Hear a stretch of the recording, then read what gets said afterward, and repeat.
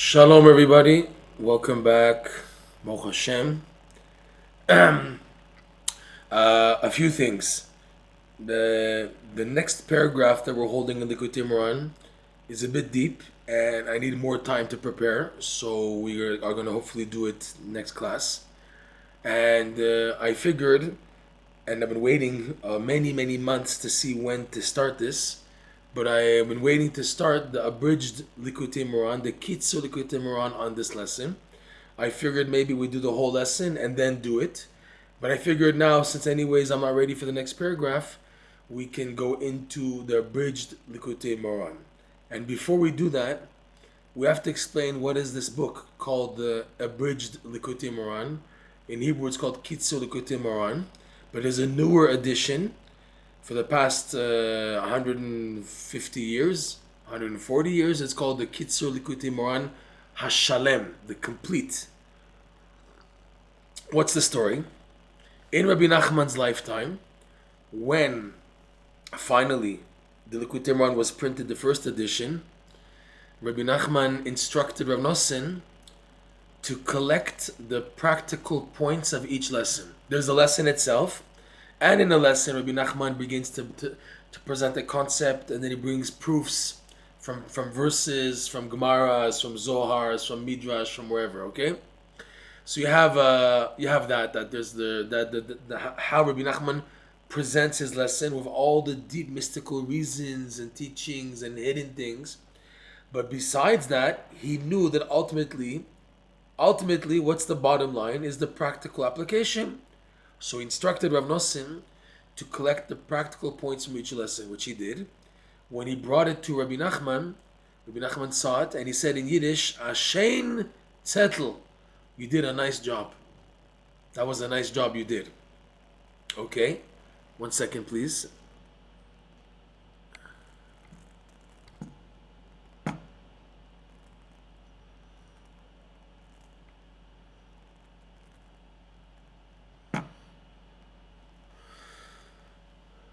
Okay, so that was printed 1 year after Rebbe Nachman passed away. Rebbe Nachman passed away in 1810. In 1811, Reb Noson went out to print several of Rebbe Nachman's teachings, including the Rebbe Nachman stories, including the Aleph Bet book, including this new book called the Kitzur Likutey Moharan, and also part 2 of Likutey Moharan, which wasn't printed in Rebbe Nachman's lifetime. It was printed after he passed away, posthumously. Okay? So that was printed in 1811, and for many years, Rav Noson felt something more was needed, something different was needed. Even though Rebbe Nachman told him to collect the practical points and list them according to the lessons, he felt something more was needed, and he began to work on a project that took a lot of years, maybe over 20 years, and until finally, maybe even more, but finally in 1840, Reb Noson printed a second version, a second format called Advice, Likutey Etzot. Likutey Etzot, Advice, as opposed to the Abridged Likutey Moharan, is arranged in a topic order. Whereas the Abridged Likutey Moharan is lesson 1, lesson 2, lesson 3, and all the practical points in that lesson, and then he goes on to the next lesson, lesson 2, lesson 3. Advice is arranged on topics. So if you know what you're looking for in life, you want to work on emunah, you want to work on simcha, you want to work on eating, you want to work on frustration, you want to work on sadness, on thoughts, okay, on family relations, on the home, on children, on healing, on Torah study, on money, mammon, on healing, okay? So Rav Noson, with over 65 topics, arranged a book collecting Rebbe Nachman's advice from all the lessons, okay, but under now a topic heading. So that was called Likutey Etzot. And the way Reb Noson explained the ideas in the year 1840, as opposed to 1811, the Abridged Likutey Moharan, was worlds apart. Reb Noson was now at 1840, 5 years before he passed away. So 4 years before he passed away, he had a greater depth and grasp and a greater expression power to relay and give over Rebbe Nachman's teachings. So you had these two books, the Abridged Likutey Moharan and the book Advice.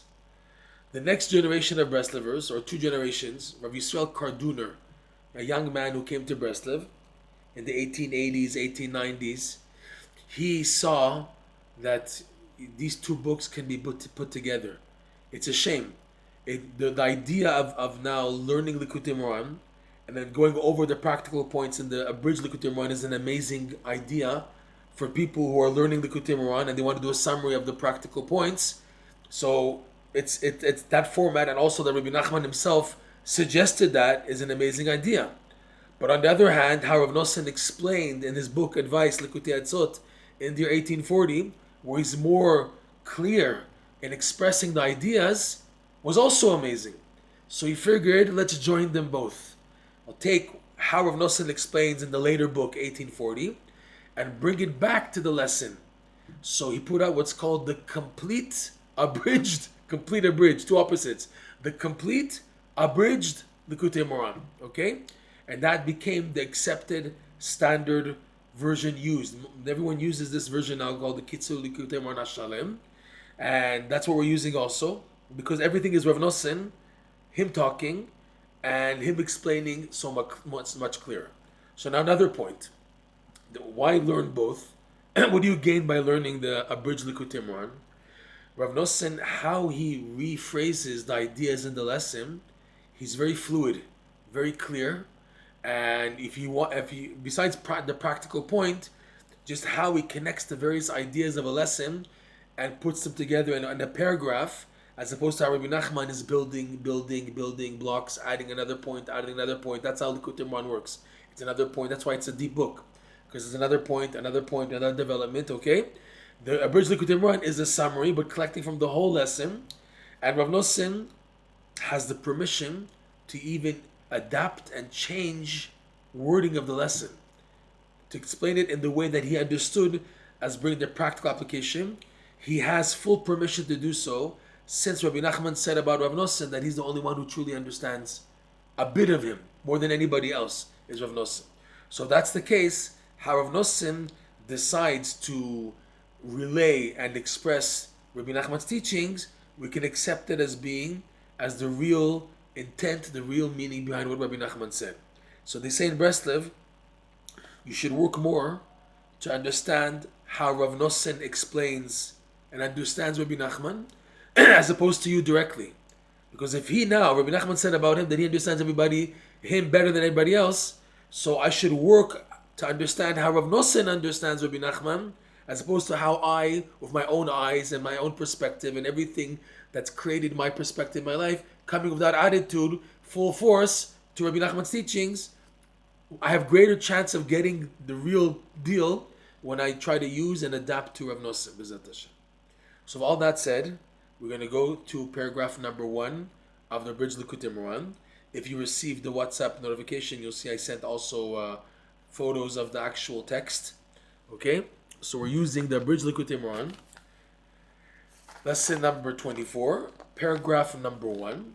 Rav Noson, in this version of the Kitzur Likutey Moharan, made it in total a total of 8 paragraphs on this lesson. There's 8 paragraphs on this lesson, which summarize the entire lesson.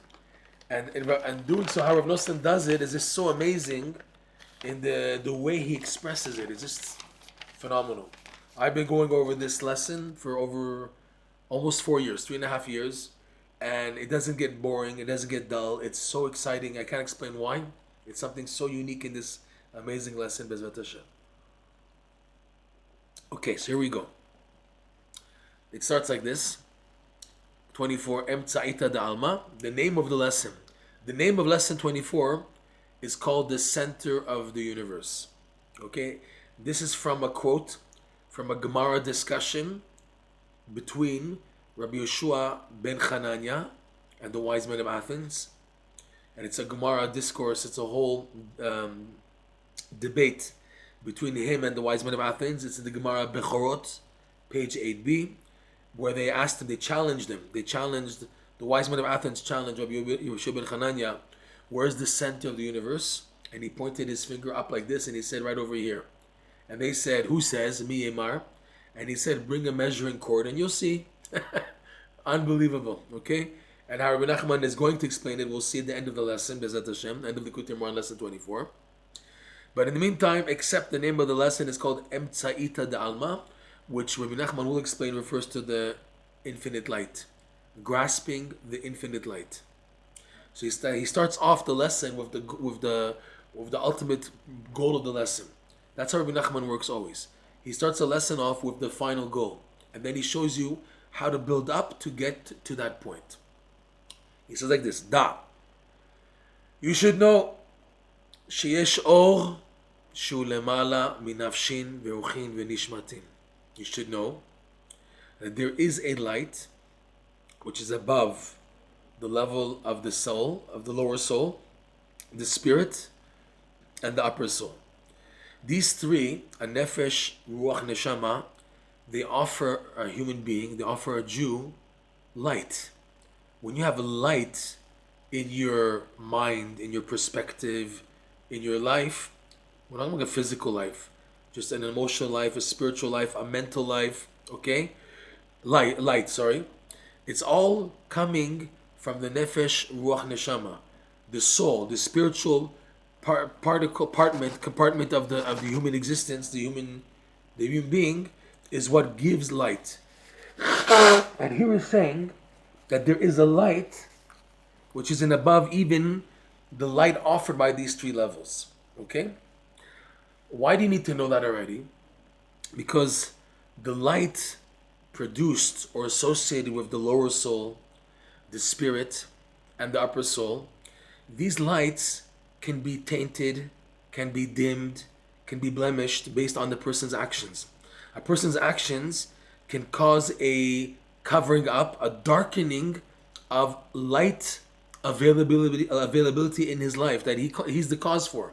Okay? So here he's saying with Rebbe Nachman, there is a light which is not tainted by anything you may do. It's above that.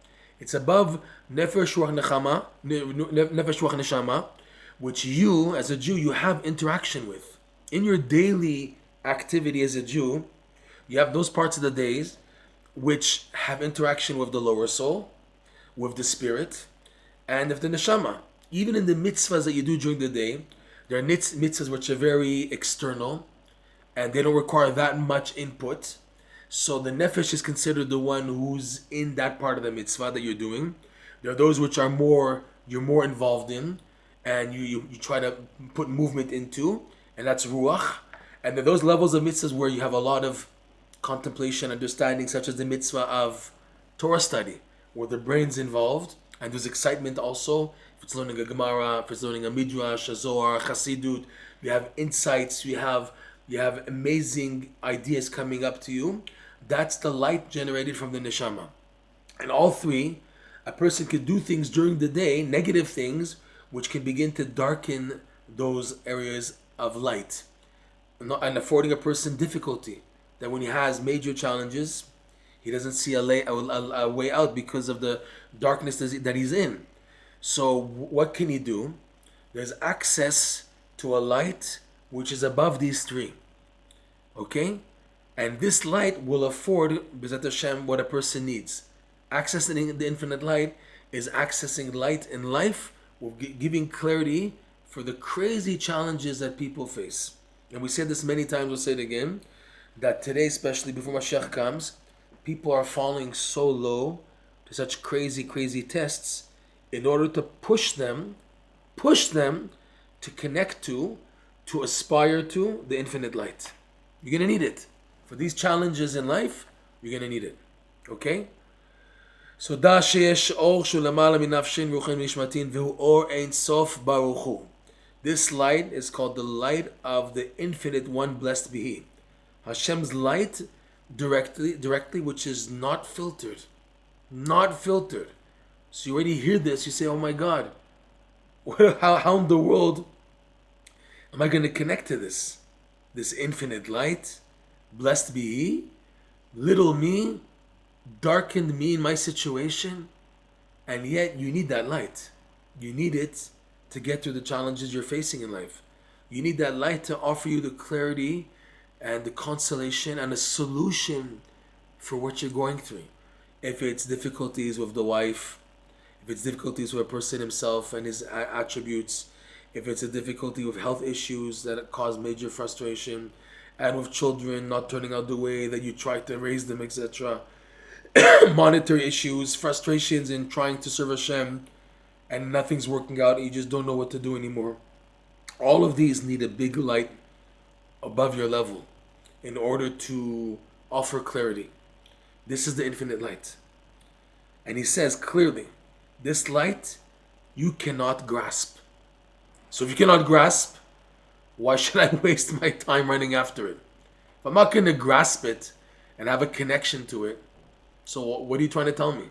What are you giving me an impossible task? What are you telling me, Rebbe Nachman, that there's this light? Okay, well, what do you do? I mean, sad to say that, but what do you want? What do you want from me then? Okay. And he says, and even though a person's intellect cannot grasp this light, it cannot be internalized. Your sechel, the intellect, which is what takes information and puts it in the right place in the brain. There's information, whether it's chokhmah, bina, dat, and the sechel is what takes it and puts it in the right place in the person's mind, integrates it, so he can use it in his life.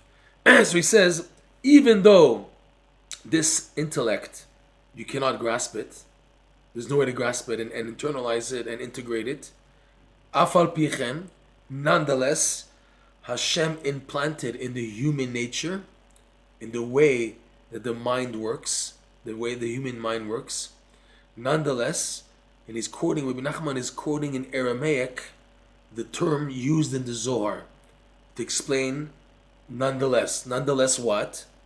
Redifa de machashava lemirdaf abatre.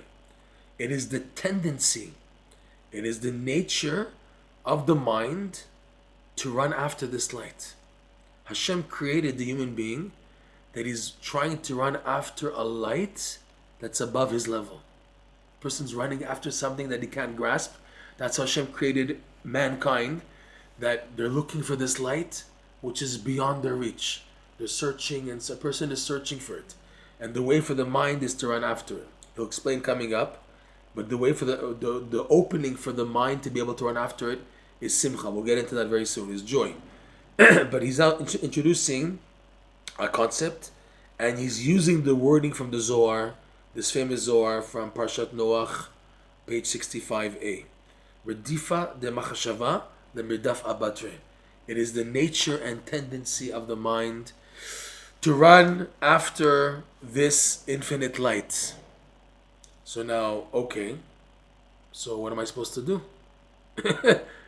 It's the tendency to run after it, and I can't grasp it. So, valide asiyat ha mitzvot besimcha, and through, this is the beauty of Rebbe Nachman's teachings. He takes an advice which is tangible and reachable, and he shows you that this is the gateway for something which is beyond your reach. You want to connect it to something beyond your reach? Use what is within your reach to get to it. This is something powerful, because it was, on one hand, how Rebbe Nachman proves it afterwards and shows you how it's hinted to in the Torah. You just didn't see it there until he revealed the lesson, which is this lesson 24, to show you it. But this is the amazing feat and power of tzaddikim, is able to show you that something so far is within your reach. And they show you an avenue to connect point A and B, and it's within your reach, and you never even thought about it. How in the world? Something which is so far from me, something which I do need, but I have no idea how I'm going to get to it. And come along tzaddikim, in this case Rebbe Nachman in his lesson 24, and he brings down something which is within the reach. It's tangible, it's reachable. To be besimcha, doing mitzvot of joy, that I can now relate to. Even if that's also difficult, but it's not as difficult as connecting to the infinite light. The infinite light, you speak about something very far. I can't even begin. I can't even begin to connect to it. I can't even begin to grasp, begin to know how to figure out to connect to it. And yet, something else like being happy and doing a mitzvot, It's true that it'll be difficult, and I agree there's many times that I'm down and heavy, but because there can be the possibility in my lifetime that I can, once in a blue moon, once in a while, once in a time, to yes, do mitzvot with joy. I do have those times of the year where I do feel happy doing a mitzvah. There's Simchat Torah, dancing of the Torah. There's sitting at the Seder of the night of Pesach with the family and feeling excited and good when starting Kadesh or Chatz. Okay? There's, all these other mitzvot that I feel happy about doing. Taking the Lulav and Etrog for the first time. At a Brit Milah. Being part of a Brit Milah. So there's many times I admit that I can be happy. For sure, the general daily mitzvot and the grind make it very difficult to do the daily mitzvot very happy because they're every day and you get used to it, and you're also going through your major ups and downs which prevent you from remembering to do the mitzvah b'simcha. But still, it's within a reach. I can understand that I can work towards that because it's something that I'm doing anyways, doing mitzvot. Now to get me to doing mitzvot b'simcha, that's a challenge that I can work to. It's for sure the odds are against me, but at least I have an incentive, a push to go forward. And here Rebbe Nachman teaches, work on this, and it'll bring you to that which is beyond your reach, which you do need, which is the infinite light. Okay? So he throws in, V'alidei asiyat mitzvot b'simcha, coming up in paragraphs 2, 3, and 4 of the Abridged Likutey Moharan. Reb Noson is going to open up more and more and more the concept of joy in doing the mitzvot. However, where it comes out full force is in Reb Noson's beautiful and eloquent prayer 24. When a person begins to feel and understand, I need this. I need simcha in my life. I need simcha doing mitzvot. So when you come to reading Reb Noson's prayer on this topic, prayer 24, and you see how Reb Noson eloquently opens it up, you feel good with it, you feel connected to these words, you feel you want to daven about it, and you want to activate it. And you do.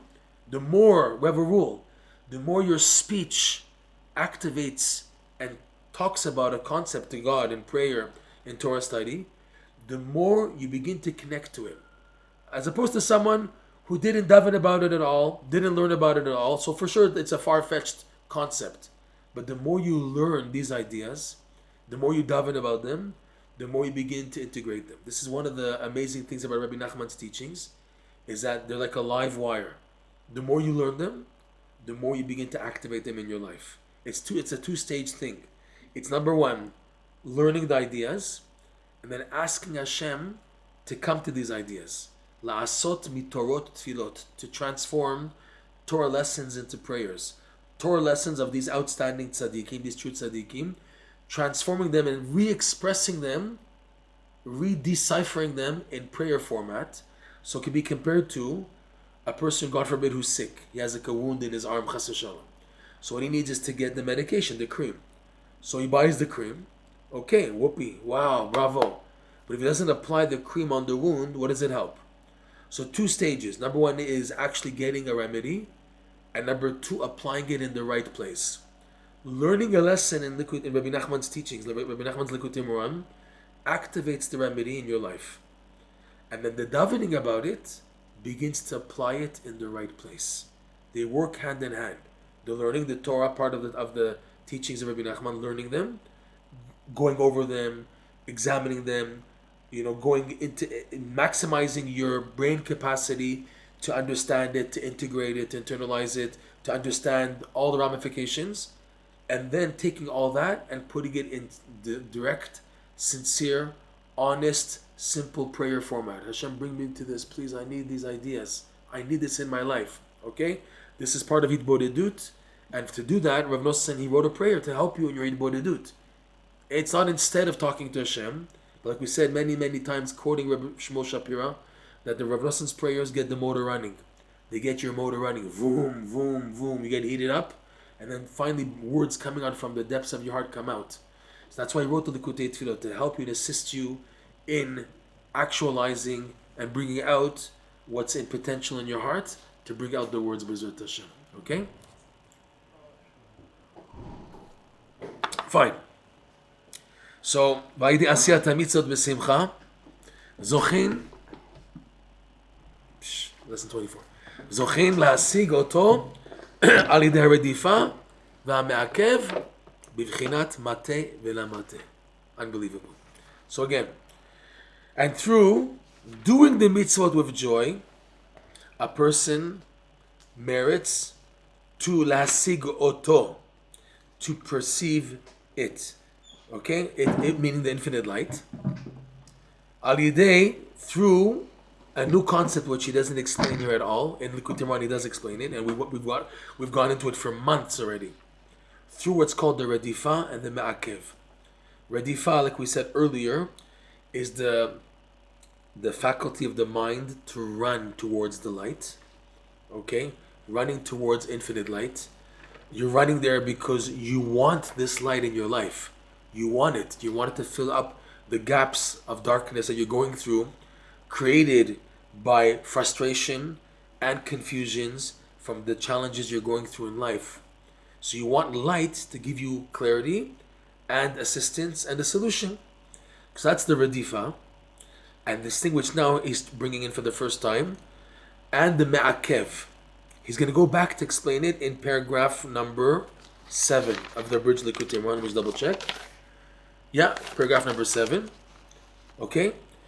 We'll explain it in more detail there. But that's how Rebbe Nachman works. He introduces something and doesn't explain it yet. At the end of the lesson, he explains it. Reb Noson in the Abridged also followed Rebbe Nachman's pattern, but he's already just bringing down the points of practicality. He threw in doing mitzvot with joy already at the onset of this lesson in the Abridged Likutey Moharan. Okay? So again, and through doing the mitzvot with joy, a person merits to perceive the infinite light through what's called the running of the mind, and something called ma'akev, which means the preventing of the mind to go forward. The mind is running to perceive, but there's something which pushes it back, not allowing it to go forward, and it's called the ma'akev of the mind. We'll see eventually. This is the keter, this Kabbalistic term called the keter. But he doesn't go into it at all right now. Bivchenat, this idea of running forward and being then prevented, which means forcing you back. Bivchenat mate vela mate. This is the idea of reaching and not reaching. It's in Aramaic. It's also from that Zohar in 65a of the Parshat Noach. The idea of touching and not touching. In other words, he's saying, this light which is beyond your reach, the only way to have it internalized, have a connection to it, is in and out, touching and non-touching. Zoom, very fast. You have what's it called? A flash of this light, and then it's taken away. And that is what's going to help you in life. You would think, if I'm seeing the light in a flash, just let me see it. You don't even know what you're seeing. It's like it's coming by so fast. It's like this analogy. I like bringing this analogy because it's so amazing. It's from the negative, but you can understand the positive. There was a famous movie in the 1960s by Alfred Hitchcock. He was a professional movie maker for like scary movies, like horror movies. And he made a movie called Psycho. And at the end of the movie, it ends with a killer opening. Obviously, it's modest. Back then, 1960s, there was a lady taking a shower, and you don't see her. Obviously, just the top, the head part. And the killer opened up the shower curtain in order to kill her, to stab her. So when in the movie, what he did like something so crazy to psychologically fool a person that as soon as in the movie that he opened the curtain and she starts screaming, what Alfred Hitchcock did is while she's screaming, for one slit of the movie, he put in a skull full of blood. Okay? So the person sees this. He doesn't see it though. His mind subconsciously got the image of the skull with the blood. Okay? But he didn't know about it. So people left the movie theater with like a fear. And they didn't know why. Why was it so scary? They couldn't figure out. Afterwards, they found out when he played this trick that he inserted, just like for a split second of the film, a reel of the film, one piece of a skull, and while she's screaming, to put in a skull screaming with blood all over. So the person's subconscious saw it, but the person didn't see it. He didn't have time to bring it to the brain. The subconscious saw it, but the person can't process it and take it in. But it leaves an impression on a person. So that's an example I'm taking from the world. Here, this explains amazingly the idea of mate le mate. Mate velo mate is you are exposed to a light. Yes, you are exposed to it, but it has to be like a flash. Because you, being a finite existence, if you want to merge to process this infinite light, you'll disappear, you'll melt. Reb Noson says you get stuck there. Reb Noson's wording in Likutey Moharan is that one of the reasons why a finite person can't now perceive and process the infinite light is because he'll get stuck there. He won't come back down. That's it. You're merged. You're merged with the infinite one. You're no longer a human being now. That's it. You left the level. But that's not what Hashem wants. Hashem wants this physical existence. He wants this physical world. Yes, He wants it as miserable as people may seem in the world. Hashem loves this world. Hashem is making the world better and better. Like Rebbe Nachman said, that Hashem is doing things, making the world shainer and shainer. To explain, in Sichot Haran, Rebbe Nachman's wisdom, Rebbe Nachman says that everything a person has, the older it gets, the less value it has. Okay? An old house has like less value. A brand new house, wow, it's nice and new. Clothing also. You buy clothing, you buy a new sweater, a new jacket, it's expensive. You buy a second-hand used sweater, no, it's cheap now. It's like half the price, is even free. So everything that gets older in this world has less value. But Rebbe Nachman says, but the world, the older it gets, the better it gets. Because Hashem is making the world in Yiddish, He said, shainer and shainer. And in Breslov we have a joke. Since this guy, Mr. Shiner from Muncie, he really boosted the Rosh Hashanah Uman experience with his amazing free meals that he offered. And his name is Shiner. So they say in Breslov a joke that yes, Hashem is making the world shiner and shiner like Uman Rosh Hashanah. We have Mr. Shiner who came in and made the Uman experience so much better for so many tens of thousands of people who come to eat, and they have good food and delicious food and everything. And the Shabbos meals, even though you have to pay for that minimal, whatever. But shiner and shiner, it's a joke in Breslov that we say shiner because the Rebbe Nachman said in Yiddish, shiner means better. Shiner and shiner, okay? So the world is getting better and better. And Hashem wants this world. He wants His light to be revealed in this world. Two opposites. Hashem wants the infinite light to be revealed in this world. This gucky world, this miserable world with killers and murderers and sad people and people who have problems and marriage problems and health issues and children and this and that. And nobody has it good 100%. We know that. People think, it's so good for my dad. Look how he's happy and smiling.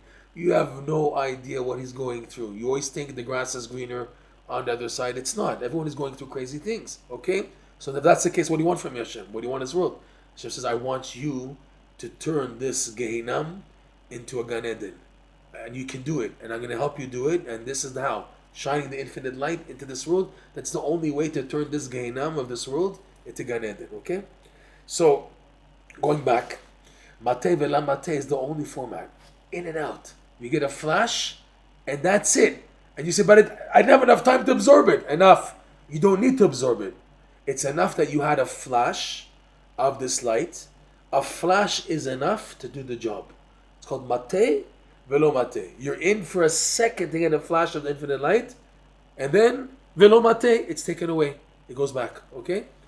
And this, he's saying, Rebbe Noson's already explaining, and through doing the mitzvot b'simcha, a person has the merit to perceive the infinite light through the running forward and the bouncing back. B'vchinat Mate velo Mate, like we said, in the format and the concept of the Zohar uses this term. In and out, reaching and not reaching, going forward and going backwards. Okay?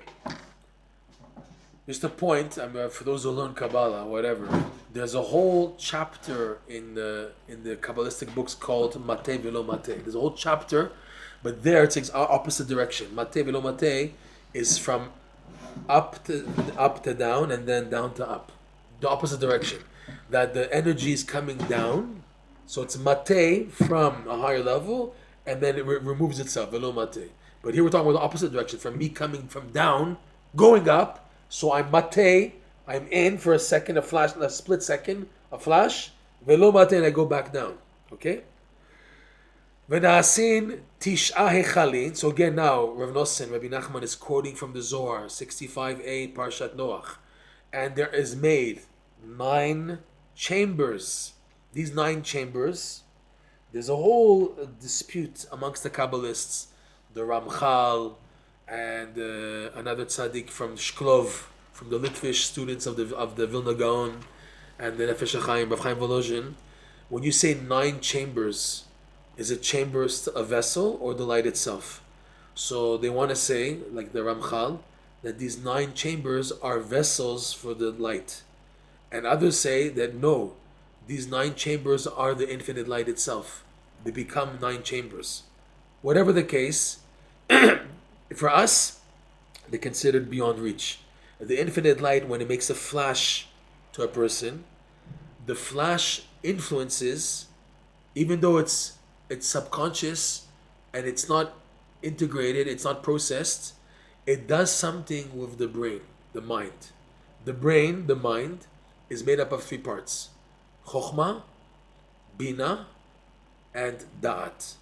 Chokhmah is the piece of information being introduced to you in your life, and those times of your day and your week and your month and your year and your life that you're using only Chokhmah, like something is coming towards you for the first time, something fresh, a new piece of information, that's Chokhmah. Bina is the mind's ability to take from the Chokhmah and derive from it other ideas, derivatives. It wasn't explained to you clearly, but from this, I understand other things. Okay? It's like, for example, you show a child that there's a door over here and there's 3 steps. Okay, so he sees 3 steps and a door. He understands, to get into the door, I have to walk up the steps. I see steps and I see a door. So now Bina is, so what am I supposed to do? If I want to go into the room now, I have to now walk up the steps. So that's Bina. It wasn't introduced to me. I'm shown an image of something called steps and something called the door. That's Chokhmah. The Bina is, I understand on my own. Like a child begins to climb up on their own, that's them using Bina.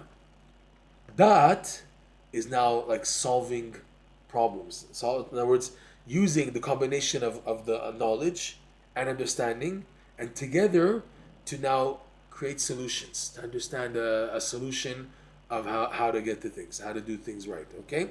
It's like they do this test on octopuses. They want to show how smart an octopus is. So what they do on a test on octopus, they put a piece of food in a closed jar, okay? So octopus, he sees the piece of like the crab in the jar and he wants to eat it. So the octopus has to understand, he sees in front of him a crab and there's like a jar, a glass jar, and the cap.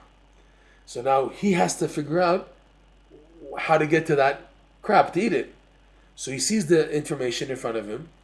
The Bina is to understand, 1 second, there's a lid. That means that this is an opening to get to the crab. So now he understands the derivative.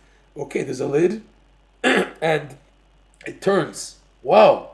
And then there's a glass jar. So he makes the dot as if now I turn the cap, remove it, I can get to the crab. And the octopus can do that. It's unbelievable. That's why they say they're so smart, the octopuses. They have a level of, not bina yetera, but dat. It's a type of dat on a physical level. When we talk chokhmah bina dat, on Jewish terms, that's with the Torah. There's now the Torah that you learn. A child learning Torah for the first time, he's learning Chumash with Rashi. So he's now internalizing the pieces of information of Avraham, of Adam, Noach, Avram, Yitzchak, Yaakov, Yosef, Moshe Rabbeinu, Egypt, the redemption, the splitting of the Red Sea, Har Sinai, the Torah laws, and then the building of the Mishkan, and all the things. Okay, this is information coming in. So there's many years, you just learn the parsha, you go over it with just Chokhmah. Bina is now, wow, I'm understanding more points, reading in between the lines to understand other points that are hidden there that I never saw before. I mean, reading it again and again, I'm picking up new points that like Rashi is not saying explicitly, that the Pasuk is not saying. That is now, wow, you have chidushim, you have insights coming from the combination of the Chokhmah and the Bina, and now I have like something totally new here, which like, there's a derivative, fine, but now a new conclusion, a new situation, a new scenario, a new understanding of something solid that came out due to the Chokhmah and the Bina. That's the idea of that, okay? Fine. So The reason why there's 9 chambers is because the light of the infinite light, when it does the flash, and you have no time to process it. So what gets flashed? Not just your eyes, your spiritual. The eyes obviously don't get flashed by the infinite light. It's the spiritual eyes. The eye leads to chokhmah bin adat. Did you know that? You have you have shin and bat, right? Shin, Shabbat. You have shin, which is the Zohar refers to the eye. Shabbat is the eye. How is Shabbat the eye? You have shin. The letter shin has 3 legs, and the bat is the pupil. Bat ayin. So in the eyeball, you have what's around the pupil. The pupil is the black part, the dark part. That's the bat ayin. It's called the pupil. Around it are 3 colors. We went through. I think we mentioned this many, many times. How Hashem created the human eye, the coloring. Some people have brown eyes, blue eyes, green eyes. Okay, that coloring has 3 shades, 3 different colors. There's the color closest to the pupil, and then next to it is the filling of the eye coloring, and then there's the outer rim closest to the white of the eye. It also has a different color. No one has a solid one color. In it, there's 3 variations of colors. What these colors do, when the eye sees an image, so these 3 being around the pupil, they're able to filter it that the person can see it clearly. Because if it wasn't for these 3 colors that Hashem created around the human eye, so the images would just come right in, and they would be like all mumbled and shadowy and all alternated. But these 3 colors, without you realizing it, when the sight enters the pupil, it's thanks to the 3 colors around it that allow the image to be concentrated in the proper format. Okay? Now, if a person has spiritual eyes, the middle and 2 corners. Yeah, The middle. the milui, the pupil. Then around the pupil you have the ring around, which is colored. In that ring, there's 3 colors. There's the ring part, which is closest to the pupil. It's darkest normally. And then as you go farther away, there's like a second filling color. And then right next to the white of the eyeball, it becomes like super dark also again. So there's 2 borders and a center. Yeah, but those are called like chokhmah bin adat. On the spiritual vision, that's for physical vision. And the white. So spiritually, when you see things, this is something so amazing. When you're learning with somebody, and we're talking, okay? So you're looking at the person, but you're not really looking at the person. Like I'm looking at you right now. I'm talking to you about the concepts. My mind now, when looking at you, is on the concepts that I'm talking about. I'm not looking at you and I'm looking at your nose and your eye. While I'm talking to you, I have in my head the ideas. So where did the sight go while I'm talking to you? Where's the sight? I'm looking at you, but I'm not looking at you. That shows that the eyesight is going into the ideas. I'm using, because we don't learn like this. We don't close our eyes and learn. Sometimes the concept we do that. But normally when you're learning Torah, okay, you're looking at the letters, number 1. Or if you're learning with somebody, like the rabbi speaking, you're looking at his face, okay? But when you're looking at his face, you're not looking at his face. I'm looking at the ideas that he's mentioning or talking about. If it's a chavruta or a rabbi, but I'm looking at him. Like, so if it's now needing concentration, let me close my eyes. But people don't do that. The way people interact when talking to people, when learning, and also in the secular world, watching a news reporter, you don't look and she looks so pretty, nice eyes. I don't get carried away. She's trying to say something about the presidential candidate or President Trump and that. So you're listening, you're looking at the words, you're looking at the ideas coming out. Okay? So and what's funny is you do it while looking. So where's the sight go? The sight is going into chokhmah bina dat. While they're talking, so now the sight didn't disappear. It's not like I don't close my eyes. I'm still looking, but I'm not looking at the person's image and face. I'm looking at what he's talking to me. You can also tell when you're talking to somebody that they're not listening to you. Because you can see that you can feel it, that their sight is not focused on what you're saying. Their sight is focused on other things. They're not there. Their head is not there. They're thinking about something else or this, and they're looking at you, yeah, right. But you can feel that they're not listening. It shows you that the eye contact and the eyes do a lot, okay? So in that sight has chokhmah, bina, da'at, on a spiritual level, okay? So when seeing this infinite light, okay, and again it's the mind, the chokhmah bin adat, which is seeing it. So it's a flash, and because it's a flash, they don't have time to process it. The chokhmah doesn't have time to process it. The bina received nothing from the chokhmah, so for sure has nothing to process. And there's no da'at because there's no chokhmah and bina, so there's nothing. Each one of these three become, because of the shock of the flash of the infinite light, they become intermingled because they're stuck. There's something which one will develop much more, B'ezrat Hashem, in the actual Likutey Moharan. We didn't get to this yet. The idea of the 9 chambers. Just mentioning it by the way here. They, by waiting, this process of waiting, because they're not going forward. The mind wants to go forward, like we said. It wants to go towards infinite light, but it's given a flash, and that's it. So the machshava of the chokhmah, bina, da'at, the knowledge, understanding, and wisdom, they want to go forward, but they can't. So there's a flash, and that flash pushes them back, and while they're pushed back, they intermingle with each other in a multiplication format. We didn't go into this. So it's called 3 times 3, which equals 9.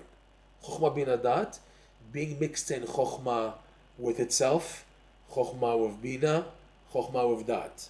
And then bina with chokhmah, bina with bina, bina with dat. And then dat with chokhmah, dat with bina, and then dat with dat. Again, it's like, or sometimes it's chokhmah and dat, or it's dat and chokhmah. So it's considered a new combination.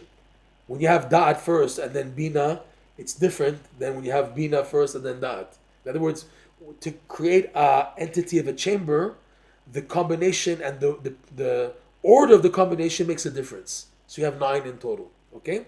So that's why he says there's 9 chambers, which the flash has actually introduced infinite light, and these are called the 9 chambers. It took the person's da'at and made them into a chamber for the infinite light. In this context, it makes more sense that it's called the vessel. The person, by his chokhmah bin adat, by being mixed in, we have to go, it's very deep. That's why I don't want to continue in the lesson, because this is so deep. I want to really taste this idea of B'ezrat Hashem. But the idea is that these 3, by the flash, they become 9, like we said. Okay? Na'asin tisha hechalim, the love inu nehorin. They are not the level of nehora, which is the introductory level of light. That corresponds to chokhmah, by the way. Chokhmah is when you're introduced to something new, a new piece of knowledge. So for you, it's considered light. When you learn something new in life, if it's in a course on mechanics, on science and biology, and all the more so in the Kedusha, when you learn a new idea in the Torah, something coming to you for the first time, so it's called chokhmah. So it's called nehora, it's light. Okay? Ruchim, ruach, is bina, because bina is understanding, and understanding is movement. Oh, from this, so I understand this. By saying from point A, I understand point B, and point C and point D, so that causes motion. From point A to point B is motion, is momentum. And from point A to B and C, there's also momentum. That's ruach. Ruach is spirits, okay? Vela nishmatin, and not the level of the neshama, which is da'at. Because neshama is something which is like finalized. You have piece of information. What do I do with a 1? What do I do for 2? If I can add them up, first of all, from 1 I can have another 1. 1 plus 1 makes 2. Wow, so if I have now like 1, 1, 1, 1, 1, and then 24 this, I can now have the total of 86. Wow, that's da'at. Okay, da'at made a whole conclusion, a finalization. That's the idea of the neshama. So he says these 9 chambers, even though they were originally chokhmah bin adat, by being merged in this format due to the flash, okay, they create a new dimension. And this dimension is above the light, above the ruach, above the neshama, which means above chokhmah bin adat also. And then he says again, V'leit man dekaima behu, no one can stand, you can't now be fixed in this perception. V'lam midabikein, you can't connect and attach to it, which is the idea of ruach. V'lam mityadin, and they're not made known. It's above now, it's a new dimension. And he says here, look at this. And in Reb Noson, you see he's taking this from the end of the lesson, the Likutey Moharan. Ashrei mi shezoche sheyerdov machashavto lehasig hasagot elu. Fortunate is the person who zoche, that his mind runs to perceive these perceptions. Okay? Afal pi she'en yacholet beyad hasechel lasigotam, even though, like we said, it's out of the reach, it's out of the possibility of the person's capability of his intellect to perceive them. Because like we said, kilam mitdabekin vela yedi'in, they can't be attached to, and they're not known. And he didn't say the first one, lo kaima, the first of the three. When he said number 2 and number 3 of what was mentioned above, to be attached was at the level of the ruach, and la yedi'in, they're not known at the level of the neshama. So now, in the Likutey Moharan, Reb Noson gives 2 pieces of advice. By him saying, Ashrei mi shezocher she'yodov machshavto, fortunate is the person, it shows you that this is a difficult task. So because it's a difficult task, it's reserved mainly for the true tzaddikim. This level, who does this? Who reaches this level? It's the true tzaddikim. Okay, so what does it help me? Thank you very much. You true tzaddikim, you guys made it, you're all the way. And how about me? I'm chopped liver. Well, what about me? So the idea is, Reb Noson says, commensurate and dependent upon how much you are attached to these tzaddikim, that you're connected to these tzaddikim, you believe in them and in their teachings. You believe in them, meaning you believe in their strength of power, of prayer, and their capacity, and that they worked hard to become tzaddikim. Depending on all that, they can brush off onto you from their perceptions. Even though you're not working as hard as they did, you get a free ride, you get a free ticket. You get a free ticket if you're close to these tzaddikim. They're able to shine and give you as a gift infinite light, even though you didn't do this whole process. That's why it's so important to be connected to tzaddikim. They give you the simcha, they give you everything you need. Okay? That's number 1. And number 2, yes, every Jew at his level has this. Every person in life has this according to their low level. But me, this is talking to me? The answer is yes. It is talking to you according to how much you try to do mitzvot b'simcha. That's how much you can get a glimpse of this happening in life, even though it seems so far-fetched and it seems like once in a blue moon, I have no idea when it'll happen. Still, it's within your reach, even on a daily basis. You hardly see it happening, but every time you do a little tiny millionth of a move to do a mitzvah b'simcha, it activates this process, even though you don't see it at all. It's so tiny, you don't see it, but it's happening, okay? So אשרי מי שזוכה שירדוף מחשבתו להשיג השגות אלו, אף על פי שאין יכולת ביד השכל להשיג אותם, כי לה מדבקין ולא ידעין, I just said all that, וההשגה הזאת, and this perception of the infinite light, in this format of reaching and not reaching, in the format of the 9 chambers created, but yet not being connected, not being attached to, not being able to stand in there, not understandable. השגה הזאת היא תכלית הכל. This perception is the goal of everything. This is the goal of life. It's the goal of life to get to this infinite light part of you. בבחינת תכלית הידיעה שלא נדע. The goal of knowing is to not know. The goal of knowledge is to reach the level that you don't know, that you're being pushed back, that you don't know. The goal of knowledge is to get to the infinite light. The infinite light is by you called lo neda, I don't know. It's not processed. It doesn't enter me. So it's called shelo neda. He's interpreting this famous dictum, this famous expression. The goal of knowledge is to not know at all, to know how much you don't know. So he explains it to mean the goal of knowledge is to reach the keter, to reach accessing the infinite light, and that's where you don't know, because you can't process, and yet you benefit from it. Yet he's saying this: the light becomes a part of you, even though I can't do anything with it. I can't connect it. I can't process it. So then why am I running after this? Because this is what shines you clarity in your life, above your grasp. The clarity you have of miracles in life, you can't explain how Hashem helped you, is coming from the infinite light. Okay, we'll stop here. And hopefully next week we'll continue back in the Likutey Moharan on the final leg of paragraph number 8, Bezat Hashem. And we should be zoche to get ready for Purim. Okay, to use Layudim Aita Ora V'Simcha. That says the whole lesson. Ora is the infinite light, and it's through Simcha. Ora V'Simcha. To come to the light, infinite light, which shines on Purim more than any other day of the year. And it's through Simcha. It comes through Simcha. Okay? All right, Chazak Baruch. Just want to say one final thing. For those who are new to the class, if you want to follow up on this lesson, you can go to lesson 24, lesson 24 dot Breslov Therapy. That's BRESLOV therapy.com. And if you'd like to support what we're doing, you can do so at donate.breslovtherapy.com. Shalom. Have an amazing week, and may we get ready for the light of Mordechai and Esther. Shalom, shalom.